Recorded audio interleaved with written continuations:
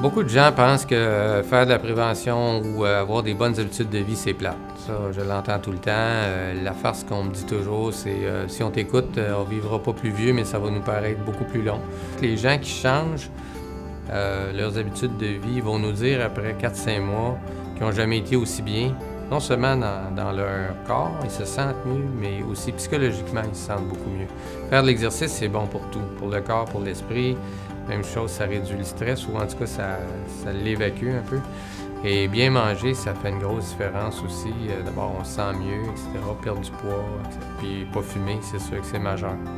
À peu près 80% des maladies chroniques qui coûtent très cher à traiter, qui tuent le plus de monde, c'est-à-dire les maladies cardiovasculaires, le cancer, les maladies respiratoires, sont secondaires à nos mauvaises habitudes de vie.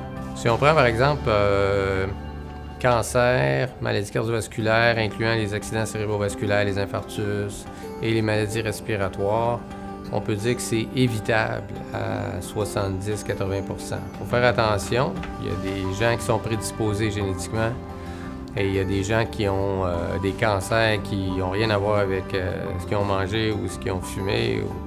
Mais pour les gros cancers, les cancers qui tuent le plus de monde, comme le cancer du poumon par exemple, le cancer du côlon, le cancer du sein de la prostate, il y a une incidence importante des habitudes de vie sur ces cancers-là. L'habitude de vie numéro 1 à changer, là, tout de suite, c'est le tabac. Deuxièmement, la sédentarité. 50 % des Québécois sont inactifs.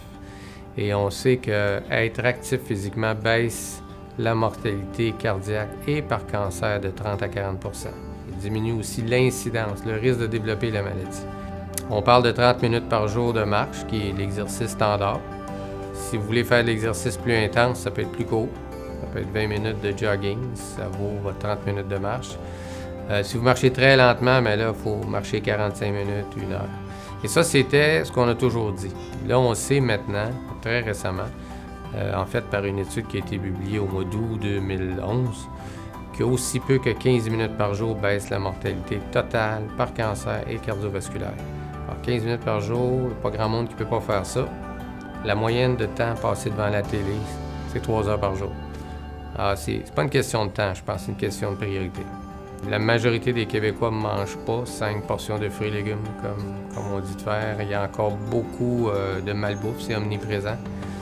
Et on essaye de convaincre les gens que de manger, pas végétarien pur, là, mais plus de fruits et légumes, plus de grains entiers, des bons gras ou des mauvais gras, moins de sucre concentré. Ce qu'on appelle, nous, l'alimentation méditerranéenne. Vous baissez votre risque de maladies cardiaques de 30-40 %, même chose pour les cancers.